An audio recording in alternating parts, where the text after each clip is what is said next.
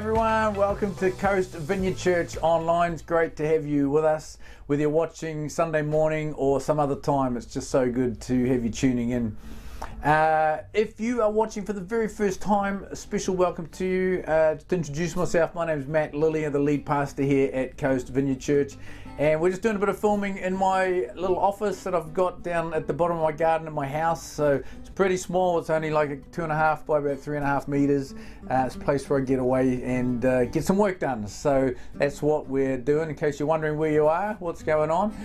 And hey, if you are here for the first time, a special welcome to you, and it's so good to have you here. Like, especially too, if church is not a normal part of your life or your journey so far, special welcome to you, and we trust that this morning will be inspiring and helpful for you in your explorations and journey of faith. So if you'd like to get a little bit more connected with Coast Vineyard Church, on our website we have a contact form, and you're welcome to throw your name into there.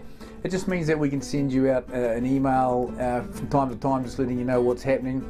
And if you also wanted to keep up with what's happening, we've got our Facebook and Instagram, various other things, so jump on.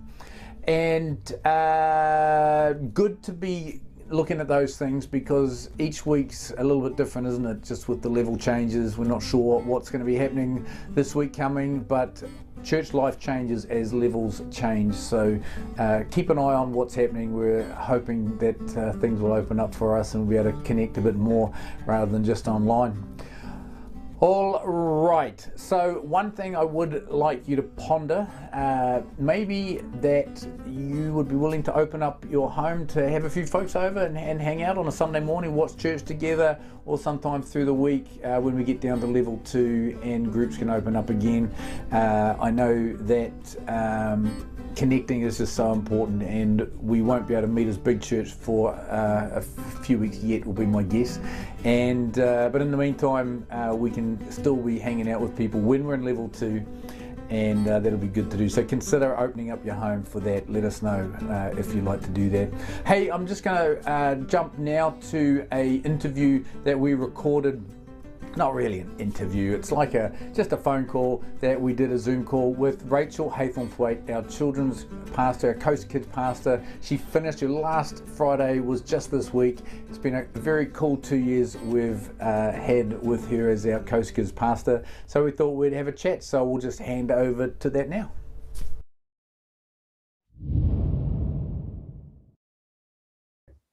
Well, hey, Coast Vineyard, here we are. We've got a special little thing this morning for you where we are having a chat with Rachel Haythornthwaite. And Rachel, Hi. This is, yeah, good, hello. This is your last week as the Coast Kids pastor, and you've been with us for 2 years. What an incredible roller coaster ride it's been. It's been so awesome. But why don't you just tell us a little bit about the last 2 years? I'm sure that there'll be some people who know you well, some people that are just getting to know you, and I'm sure they'd love to hear a little of the journey. Awesome. Yeah, thanks, Matt. Look, what a 2 years it's been, not only for me at Coast Kids, but for everybody. And we've journeyed in some high highs and some low lows, but it's been a ride and a fun one and a joyous one for most parts. When I came into the role in Coast Kids, we just shifted to a new building. The church was growing and still is, and it was a wonderful opportunity to be able to put some energy and effort into some structure and stuff around that. It's the first time we've had a paid position for the children's and families. So up till that point, we've had some wonderful volunteers looking after that role.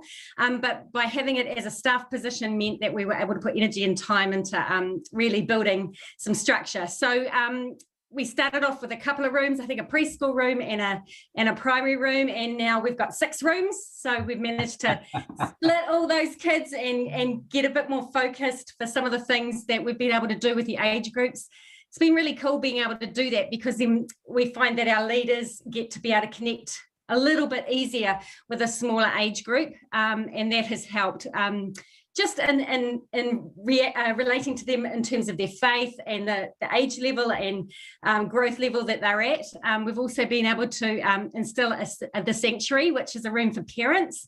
So right from our very, very little ones, we've been able to put some things into place to honour and bless our kids, our little ones, right from the minute they're born and they enter our church whānau. So it's been really cool to be able to be part of that and to see that come to fruition. So Sundays we've got, when we do church on Sundays, it feels like a little bit of a distant memory, but who knows when we'll be there. But we've got, there's the sanctuary for the first 12 months with sanctuary. Yep, sorry. You tell us how it works. So the sanctuary is for under ones. That's for the caregivers. They are well looked after in that room, overseen by Kate Brown and her team. And that's really for the parents and caregivers to be able to just be looked after. And the service is streamed into that room. So that's really, really cool. And that's been a new addition this year.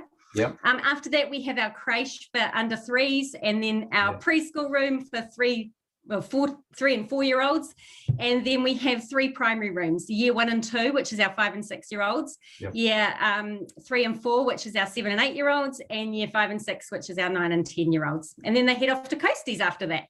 So good. So it's been really cool to see that come to fruition.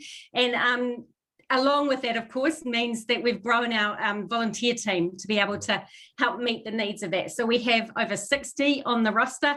Amazing. Yeah, I know, on our teams. So it's just so cool, because with that amount of people, you get all the things that they bring as well. And we all have different gifts and things that we can offer and bring to the mix. So I've loved working alongside the variety of people within that, and seeing people be able to use their gifts and grow not only as leaders, but grow in their own faith journey as well. Some of our younger teenagers have been able to be in there as leaders, and you can see that, even growth and development happens for them in that role as well. So that's super cool. I've loved being able to get to know families. I love meeting every Sunday this year. I think we've had new families come through the door. I'm standing at the rego desk, just meeting new people, saying hi and welcoming kids. And one of the things I love the most at Coast Vineyard is the value we've always held on to, that we value kids for where they are now, for where they can meet Jesus now. Not that they're going to be adults one day who can have this relationship with Jesus, but they can have this relationship with him now.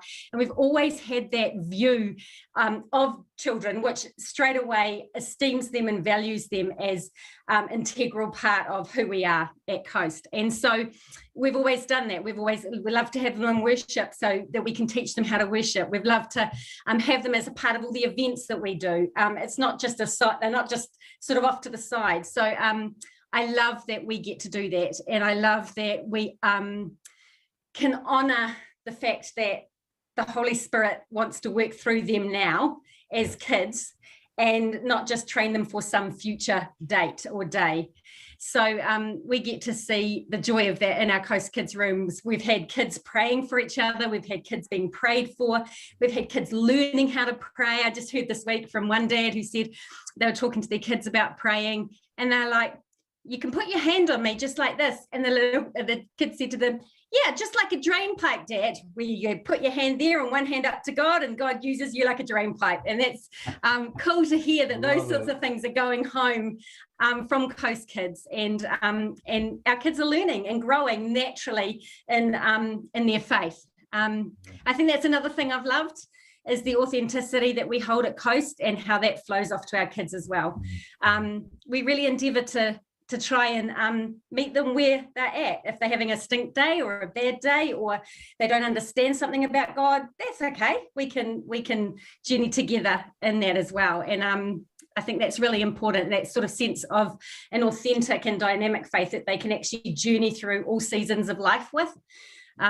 So yeah, it's exciting. It's been a wonderful 2 years, and of course in the midst of that we've had all the lockdowns and COVID, which nobody anticipated. So and out of that has birthed Gloria, puppets, online videos, jokes, all that sort of stuff that comes with that, which of course is unexpected, but actually a lot of fun. And it was exciting to be able to find ways of being able to reach into the lives and homes of our Coast Vineyard families and be able to connect with our kids in that way too. So although unexpected, it's been an interesting journey and a fun one. One of the things I love so much is when I'm just hearing that kids aren't just learning about how to be good people, they're learning how to know God, and they've got their own faith, and they're talking to God, and God's answering their prayers. They're praying for things, and miraculous things are happening. You know, they're just having these encounters with the beauty and the love and the power of God in their own lives, and it's just is so good. So you know, I know that when we get a little bit more open to be able to do meetings, you know, there'll be lots of people that will want to thank you in person, you know, for this season.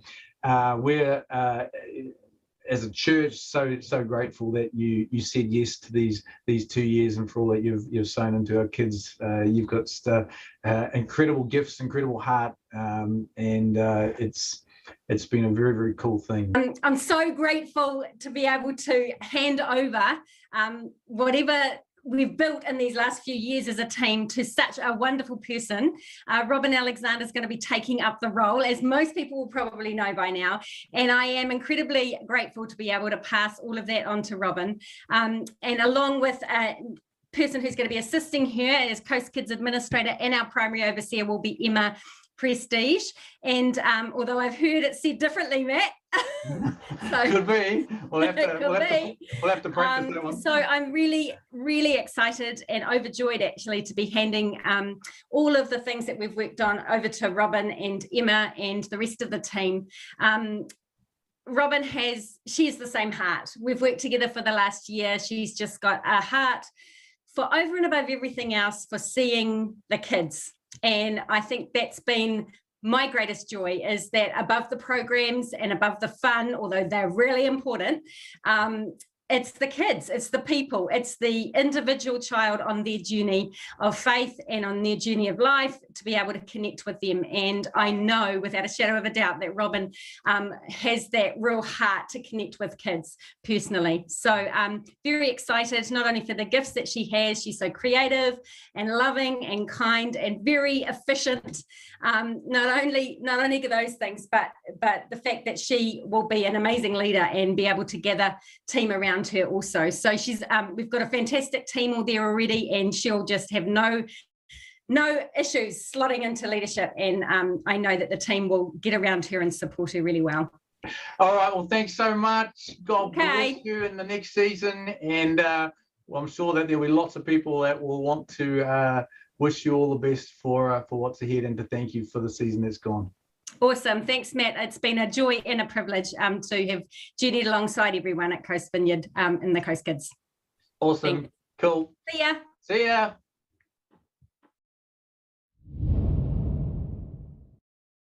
Very cool. And feel free to get in touch with Rachel and pass on your thanks to her as well.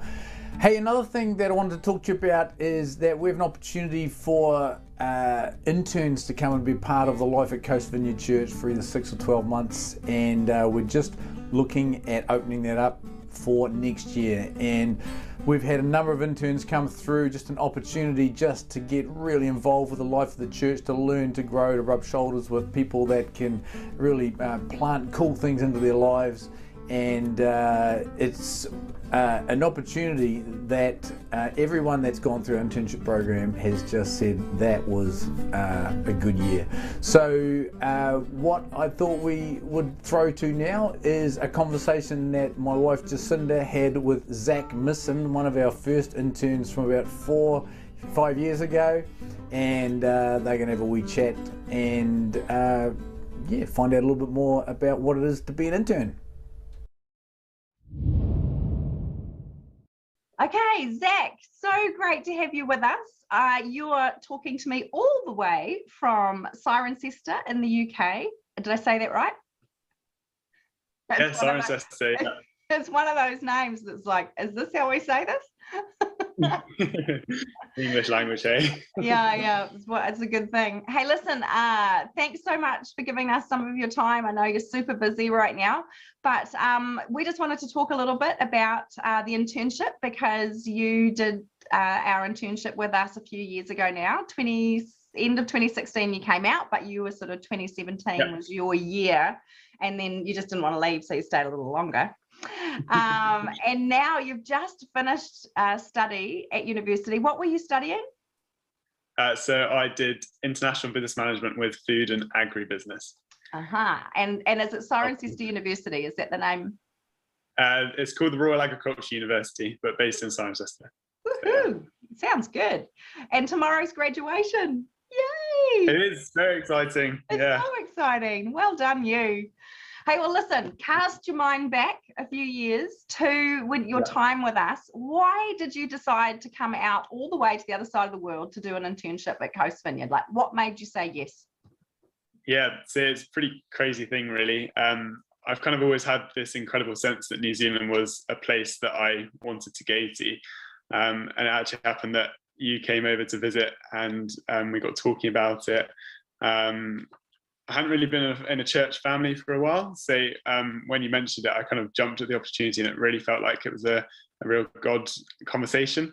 And I knew it was a great chance to grow in my faith and in my character, as well as see a beautiful country that is New Zealand. So really jumped at that, and it was clear with hindsight now that God was calling me out there. And I at the time really focused on the Bible verse in Matthew 14, where Peter steps out of the boat, and kind of felt as though that was what I was being called to do, just to step out in faith and to come out to New Zealand and give it a go. So that was kind of why I said yes, and it was fantastic when I did it. Yeah, that's so cool. So with the benefit of hindsight, you're now in a role, you're graduating university, but you're actually back at the same university now in a paid professional role. I am, yeah. And as you look back on your internship from where you are now, like what do you see that God formed in you over that time? Like how are there particular things that you can see where you grew? Yeah, definitely. I know one of the Vineyard mottos, and we learned this at the Vineyard College, and obviously just being at church as well, is come as you are, but don't stay as you are. And I think that's definitely what happened for me when I came out to Coast Vineyard. I remember arriving and feeling quite nervous, and not really doing any of the hands-on stuff. So just kind of taking a bit of a backseat role and just observing to start off with, for stuff like praying for others and all that. And throughout the internship, I was again given those incredible opportunities to grow and to see others do it and learn from some wonderful people as well. And then leaving, I felt as though I was a completely different person. Wow. I'd really grown in my confidence, and in my faith as well. It was just fantastic to have all those opportunities to grow and to be built up by the church family around me as well. So really grateful for everybody for that, and seeing how God has used me in that too. Okay, well, as we wrap up, are there any final words? If there was someone that was considering doing the internship, is there anything you would say to them? Yeah, I reckon just absolutely go for it. I know that it was a bit of a struggle for me to take that step out and in faith, but God has used me in such incredible ways through the internship. And going back to the point about what He's done in me, like it's kind of carried me over, and the internship built an incredible foundation for my faith, I think. And some of you will remember that I got baptized just before leaving New Zealand. Yeah. And in that, I remember saying that I was committing myself wholeheartedly to God. I kind of struggled a little bit coming back from New Zealand, but then the last few months had a bit of a revelation about knowing that God has an incredible plan for me and for my life, and I really submitted myself through that. But if you're thinking about doing an internship, then do it, because God places you in places for a reason, and He'll grow you in amazing ways that you will never even consider. And and I'm so grateful for the opportunity that I got to come to Coast. And yeah, I guess just one of the other things that I've really felt over the last few months and before coming out to New Zealand as well was the verse from Proverbs 3, which is trust in the Lord with all your heart and lean not on your own understanding. In all your ways, submit to him and he will make your path straight. I found that really encouraging, just to submit everything over to him. So pray about it, think about it lots, talk to some wise people about it, and yeah, go for it. You won't ever regret it.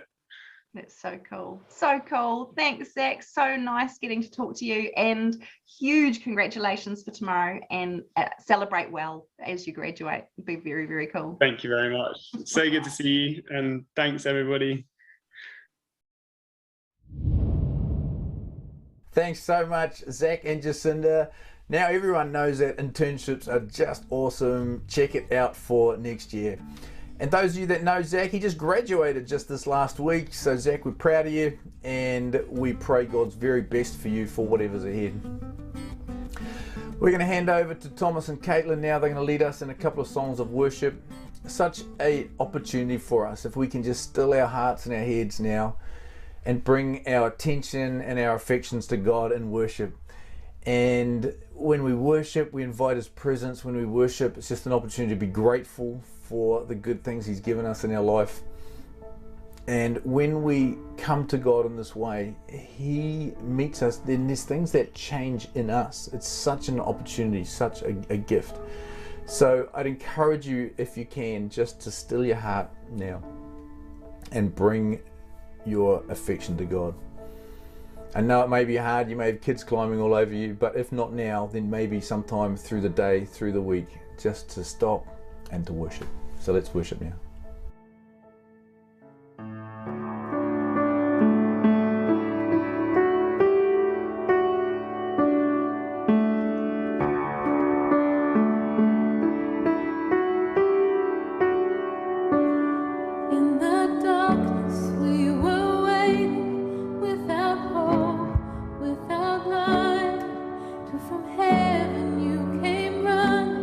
There was mercy in your eyes.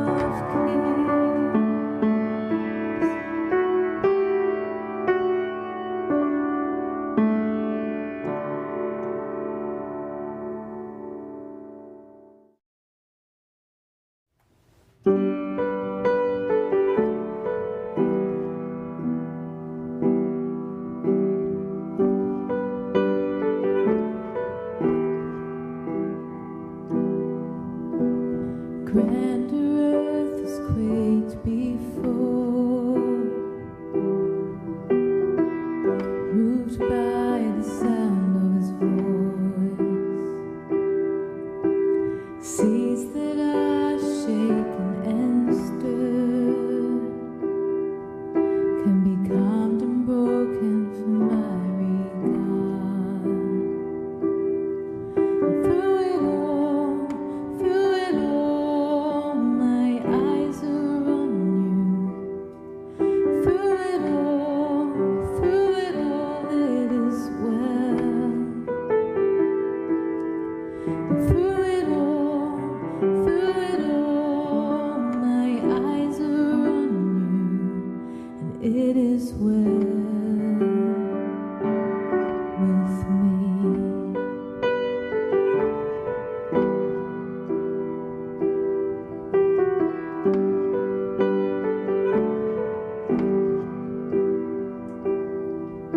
Far be it for me to not believe, even when my eyes can't see. And this mountain that's in front of me will be thrown into the midst of the sea. Through it all, my eyes are on you. Through it all, it is well. Through it all, my eyes are on you, and it is well. It is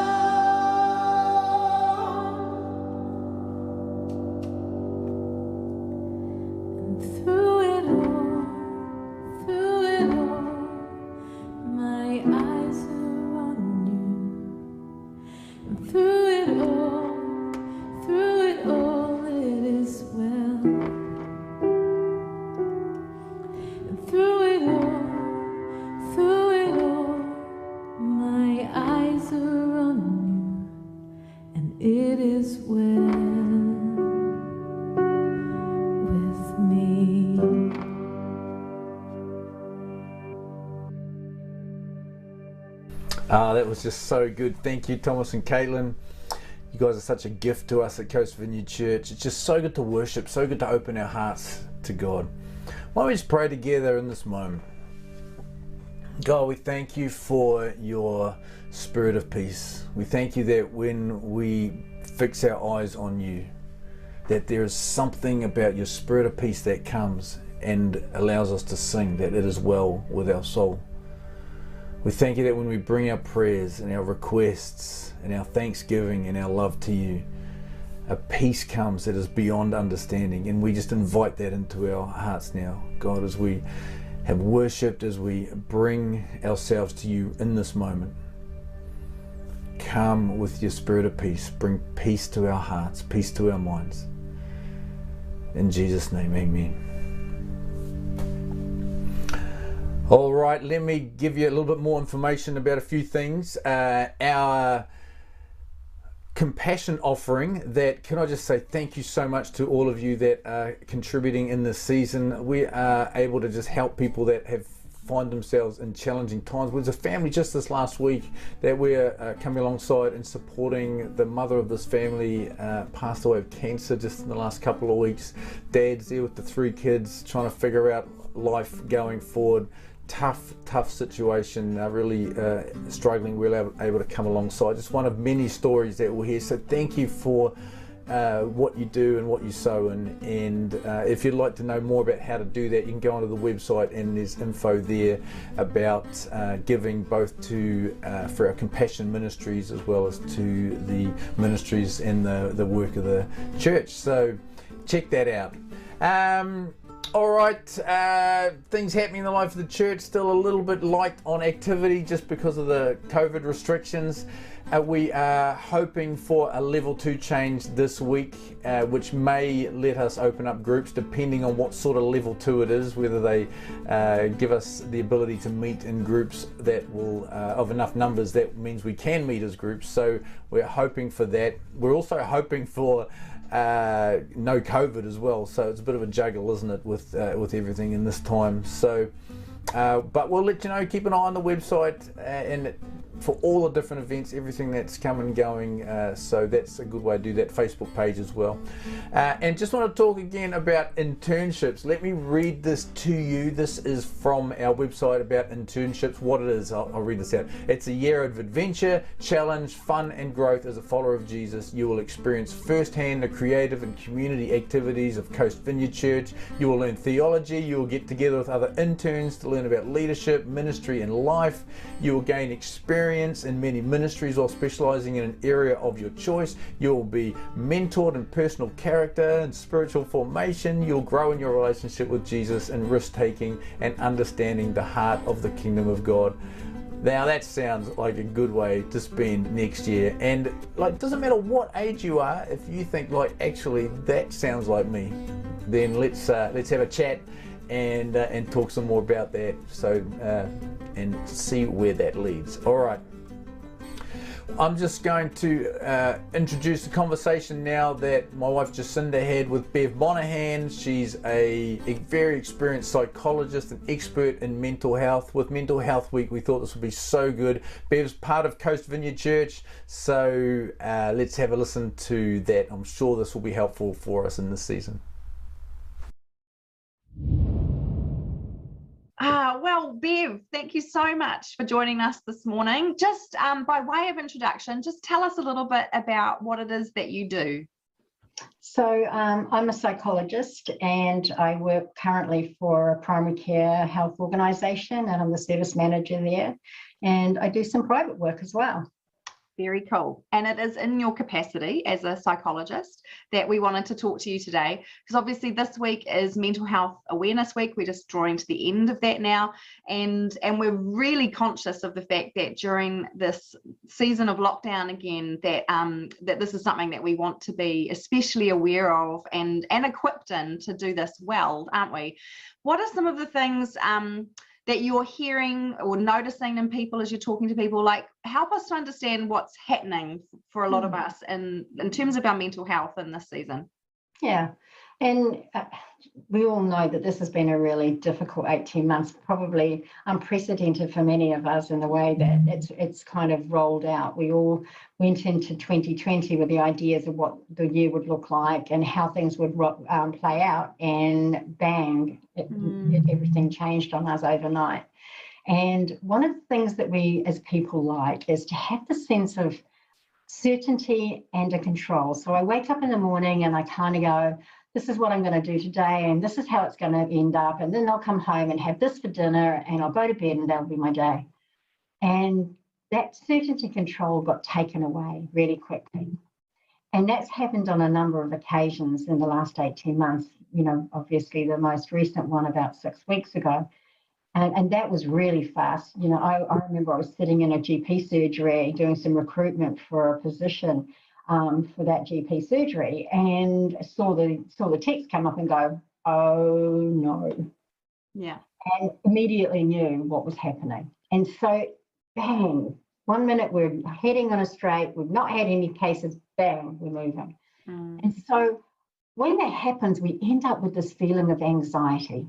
We like the certain control. We don't feel like we have it anymore, and we get really worried. We get this anxiety around what is life going to look like.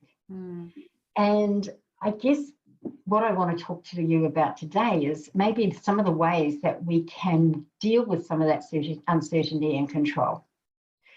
And I think for me as a psychologist, one of the greatest things that I get to do sometimes is to bring God and psychology together. You know, I just love it. And sometimes you hear psychology say, oh, research says, and it's like, yeah, they said that in the Bible not that long, 2,000 years ago. Yeah. And so I just love going back to the Word and having a look at what the Word says, but also what was Jesus' example in the way he did life? Because he did nothing by mistake. So I guess the first thing is for me is that being rooted in the day. God is a God of the I am. And while he is same yesterday, today, and tomorrow, you're going to find him in the I am. You're going to find him in the day.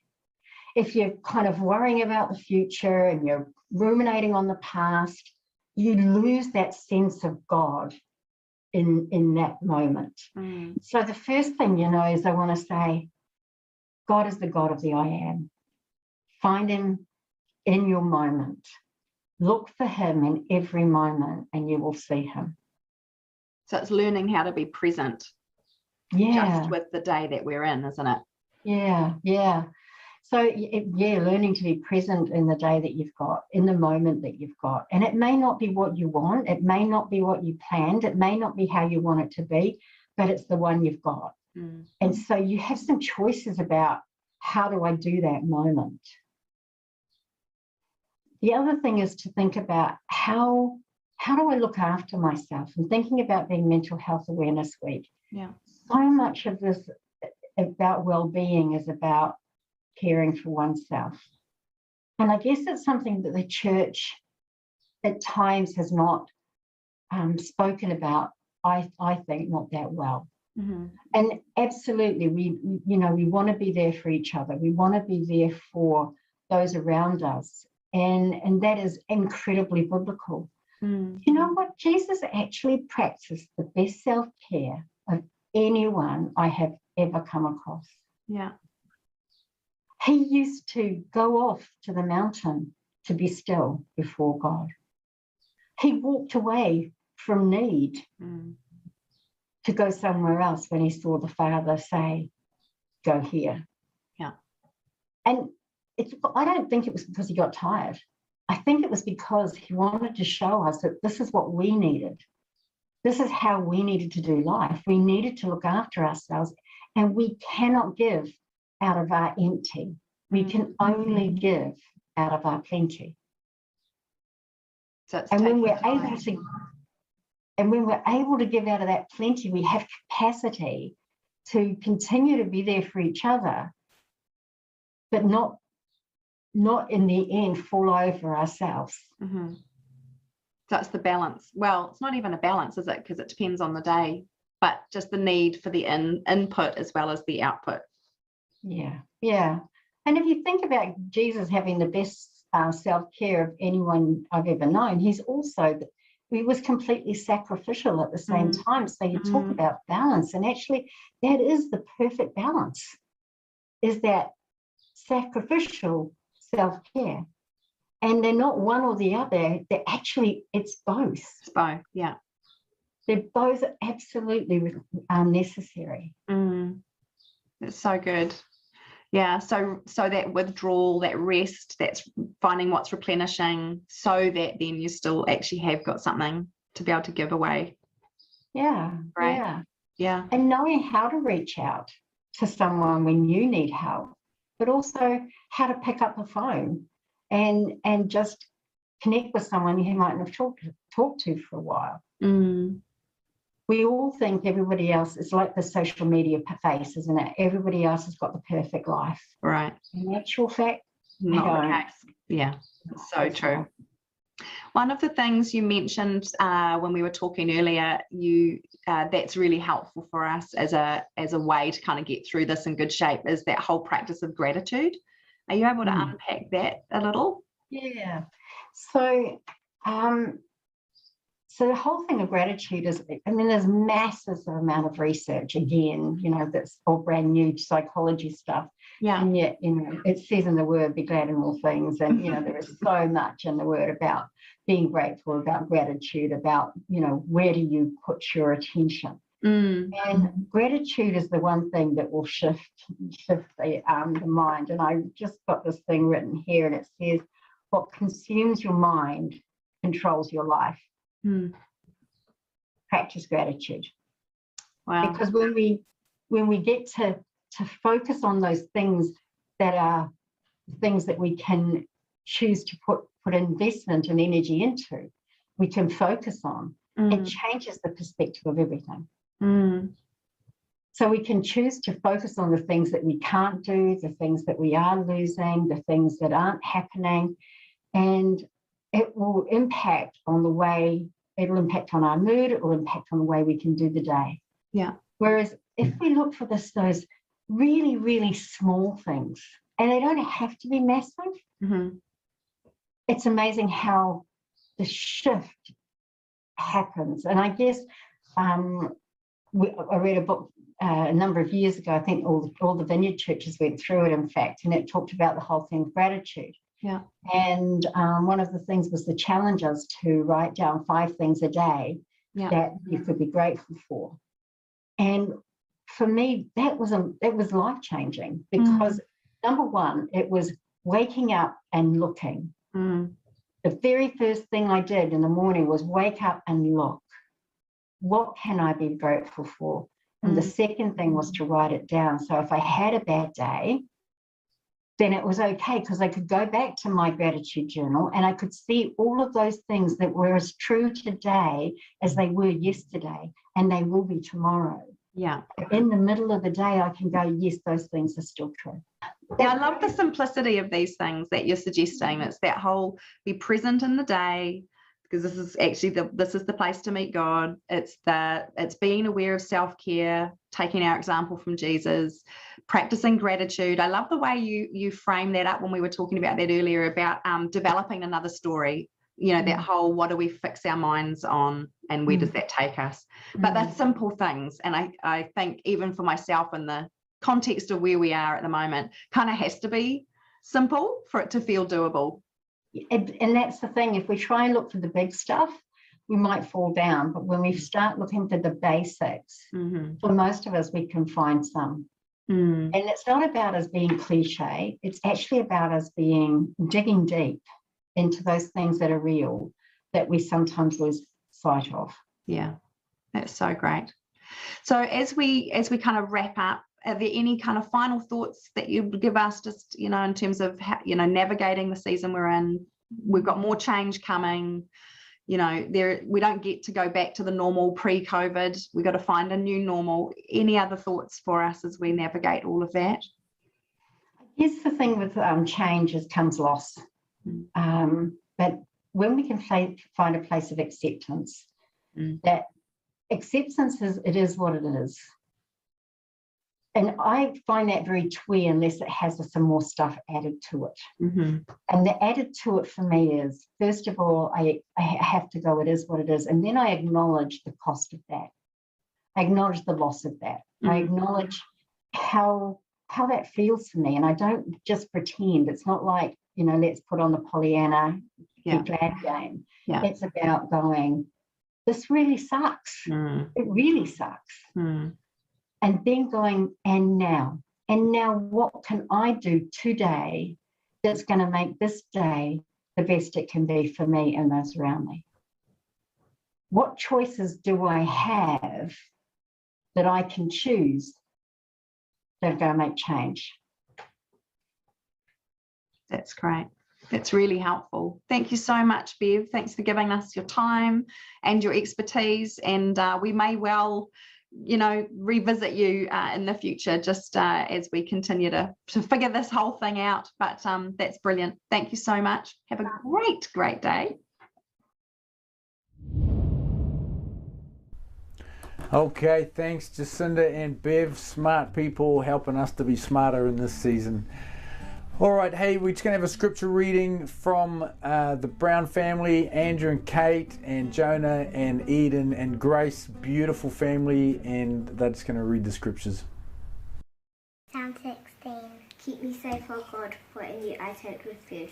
I said to the Lord, you are my Lord. Apart from you I have no good thing. As for the saints who are in the land, they are the glorious ones in whom is all my delight. The sorrows of those will increase who run after other gods. I will not pour out their libations of blood, or take out their names on my lips. Lord, you have assigned me my portion and my cup. You have made my lot secure. The boundary lines have fallen for me in pleasant places. Surely I have a delightful inheritance. I will praise the Lord, who counsels me. Even at night my heart instructs me. I have set the Lord always before me. Because he is at my right hand, I will not be shaken.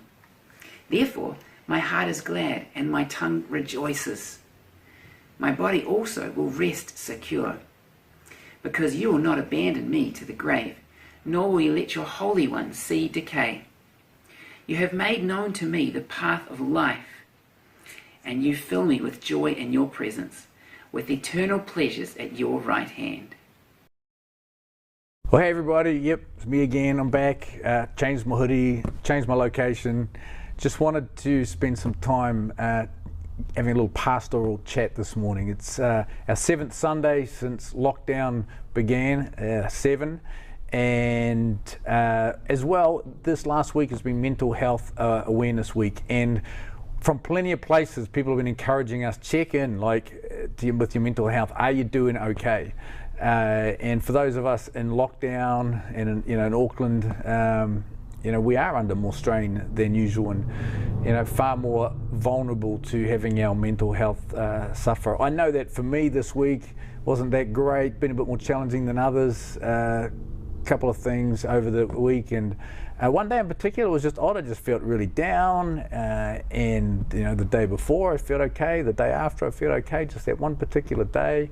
I know that for my wife Jacinda, she got a phone call through the week, and it was just after we'd heard that we had that high number of cases in Auckland, and a friend called just after and said, hey, just calling, how are you doing? And my wife Jacinda, she just burst into tears. It's just we're under pressure. These are tough times, and so I just wanted to give some pastoral advice today. I know that for many people, they are wondering, does the Bible have anything to say about our mental health? Is our faith, is it any help for us? I pray and it's still hard. I've given my life to God, but I still have times where I'm depressed. And so I'm just going to give us some wisdom out of the scriptures today, pastoral wisdom that there's no magic bullet when it comes to our mental health, but here's some things that if you can take some of these away and start putting them into your life, things will be better, guaranteed. All right, so Paul the Apostle says this, 2 Timothy chapter 1 verse 7. He says, "For God has not given us a spirit of fear, but of power and of love and of a sound mind." And this whole thing of a sound mind, people have translated those scriptures by saying it's sound mind, self-control, self-discipline, sensibilities, a quietness of mind, a peaceable enjoyment of ourselves, a sober, solid thinking mind.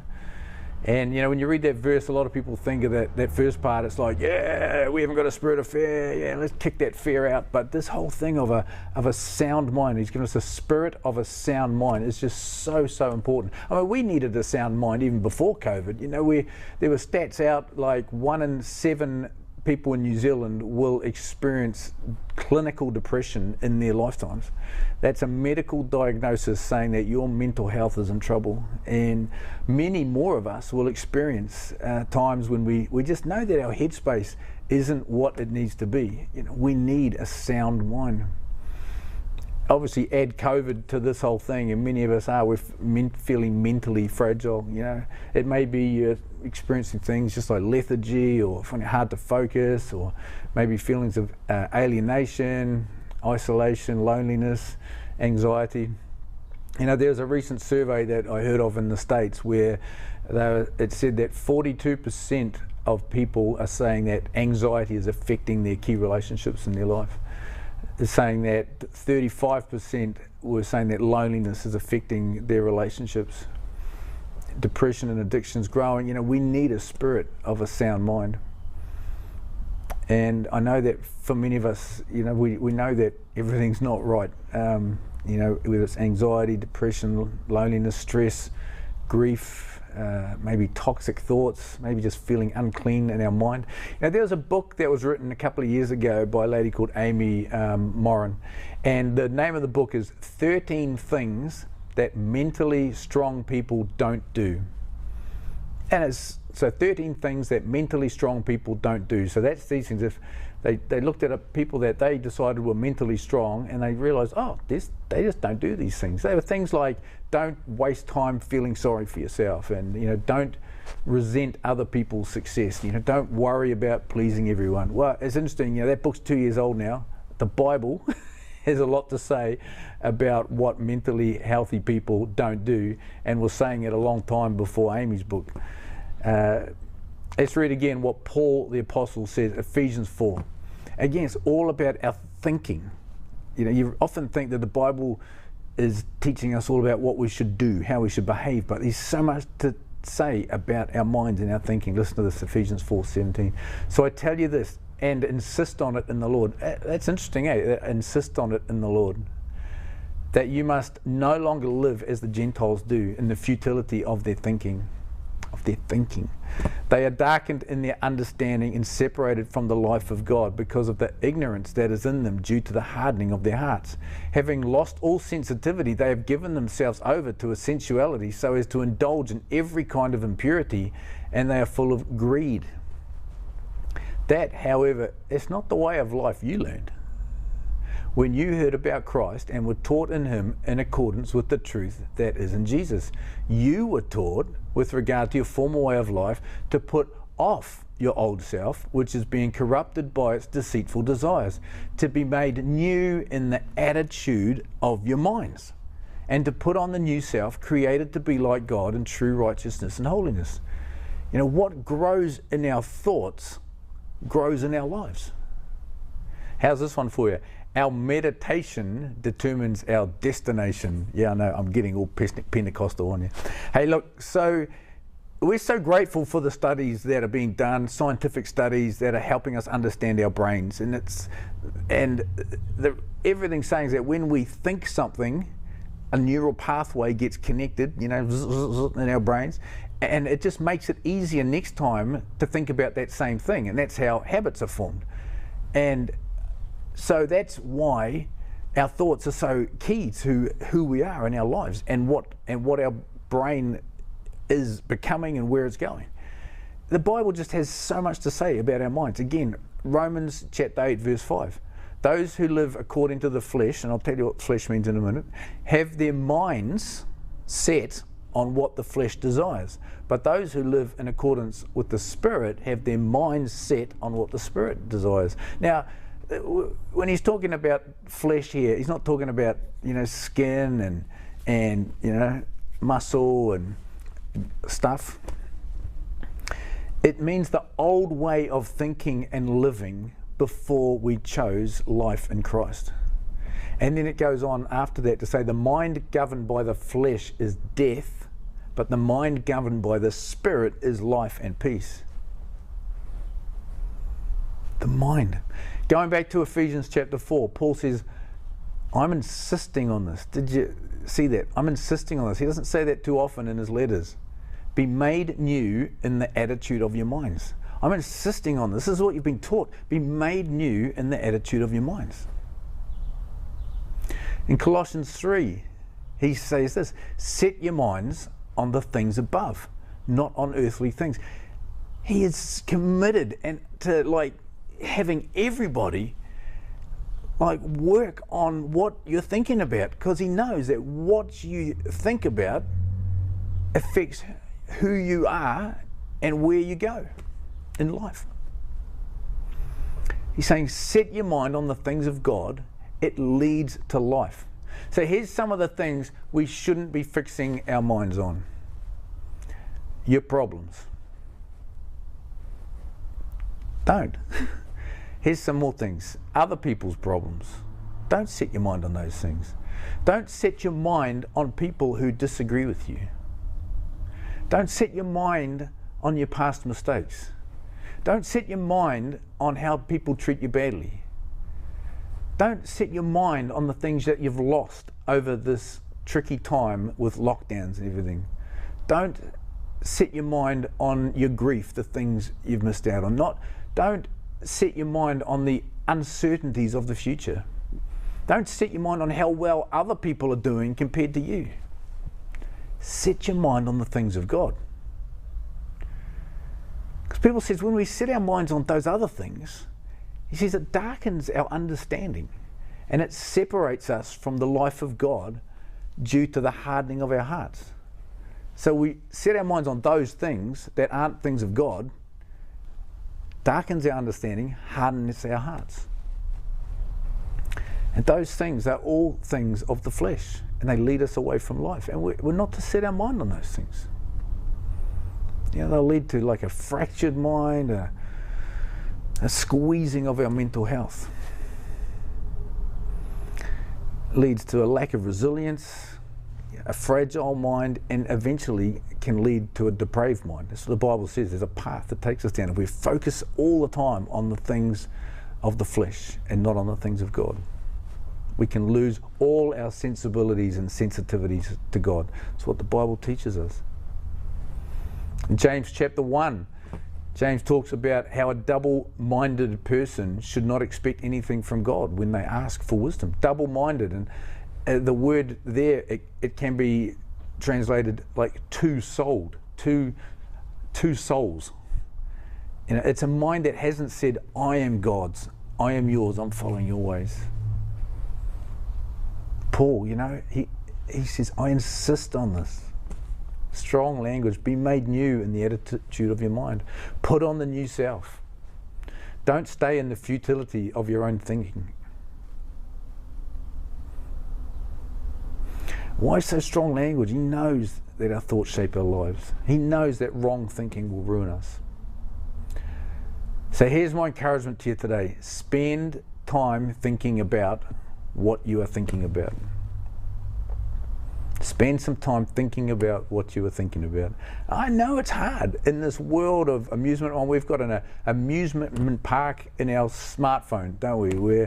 Amusement, the word amusement, it means pleasurable diversion. And it comes from an old word, from English word back 300 or 400 years ago, amuse, which means diversion of the attention. Basically means stop thinking. You stop thinking. You go for amusement, you're stopping thinking. I've been seeing a counsellor over the last little while, and he's helping me not be diverted from thinking about the right things. He's been saying, like, you know, he's been helping me with that. God's people are invited to fill their minds with all that flows from the heart of God. Again, Philippians 4:8, finally, brothers and sisters, whatever is true, whatever is noble, whatever is right, whatever is pure, whatever is lovely, whatever is admirable, if anything is excellent or praiseworthy, think about such things. Think about those things. If you're thinking like, oh, how do I think about the things of God? Well, all of those things flow from the heart of God. Noble, right, pure, lovely, admirable, excellent, praiseworthy. Gratitude, which we heard earlier on today, how the Bible has been inviting us into that for centuries, to be people of gratitude. And the medical profession are just now figuring out, oh, this actually is really helpful for our mental well-being. Fill your minds.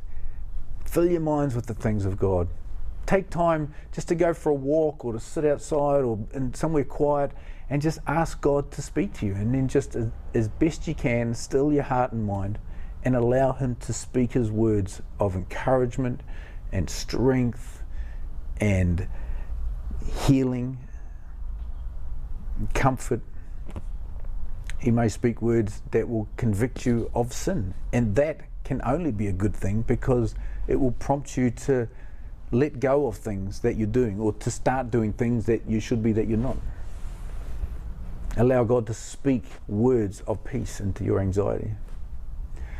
Last weekend I was out getting some fresh air in a place I hadn't really been before, and I didn't see this guy, but this guy came up behind me, and before I even knew he was there, just started yelling at me, like get out of here, like, and I was just like, I didn't see him coming, so I didn't have the chance to get ready. And I don't know, you know, like whenever anything happens like that, it's like fight or flight, right? So I kind of just got like, I just couldn't believe what was happening, you know. Like I don't want to be, I don't want to be bullied, but I'm not just, you know, don't want to roll over under this sort of verbal assault. But at the same time, I was just like, oh, what the hell? I was so stunned. So I just stood there and just like looked at him, and eventually he just went off and started yelling at someone else. So, but it was just a crazy thing. It's like it landed on my soul. Like it may have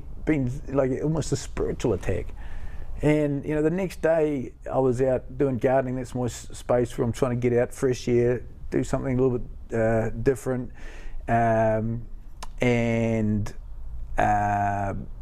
Time in doing that is when I pray. And it was just, but I just kept thinking about this guy. It was just bugging me so much. Why am I? And then I started thinking about what I'm thinking. Why am I thinking about this so much?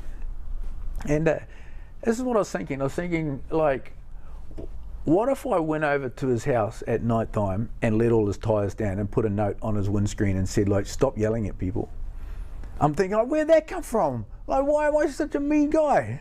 Like, obviously it's just a thought, but I'm thinking, where did that come from? And like, it came from that same place that you guys go when you watch a movie and the bad guy gets smashed at the end and you're cheering. You know where that comes from. That's what that is. It's like this thing of like, that's not okay. And then God just said to me in the midst of that, He said, this is an invitation for you to grow a kind heart, to choose grace. I felt the Lord say, like, maybe his life was falling apart. He just doesn't know how to deal with it. I'm like, oh. And God said to me, He says, remember my word? I said, pray for those that persecute you. I went, oh. So I did. And as I just pressed into kindness and praying for this guy, peace came, and it just stopped bugging me anymore. And we need to renew our minds. We need to have certain thoughts that just can't get past the bouncer on the door of our minds. Get out, you know. You shall not pass. You know, there's obviously when it comes to our thoughts that we don't want to let in, there's the big ones that the Bible talks about, and you know, sexual immorality thoughts. But it's so much more than that. It's jealousy, it's greed, it's feeling ungrateful, it's contempt for people, hatred, it's plotting deceit or lies. So friends, we need to make some changes with the way we think so we can begin to live in this changed world. And the world has changed, but we need to be able to live in this world with a renewed mind of peace, of wisdom, encouragement, strength, and health in our minds. So if you're wrestling mentally, if things are hard, listen to Paul. And where Paul says, like, I insist that you do this. Be made new in the attitude of your minds. Of course, there's a lot of things we need to help us in this. Rest, I've written a few down. Rest, eat well, exercise, see a professional if needed, like either a counselor, a therapist, a doctor. Take medication if it's prescribed. Get into community. I've heard that people's mental well-being is 5 to 10 times better when they have great connections around them in community. Get people around you that are thinking healthy. Read good stuff. Limit your media entertainment, and of course, you know, read the scriptures. Worship. Just do everything. You know, mental health matters. So we need to do whatever it takes to have a healthy and a sound mind, and God has given us the spirit of a sound mind to work alongside us and with us in this. So that'll do. That's a big amen. It has been great having you watch today. So everybody out there, stay connected. Keep caring for each other. God bless you with His mercy and His presence and His peace. And we will see you next week.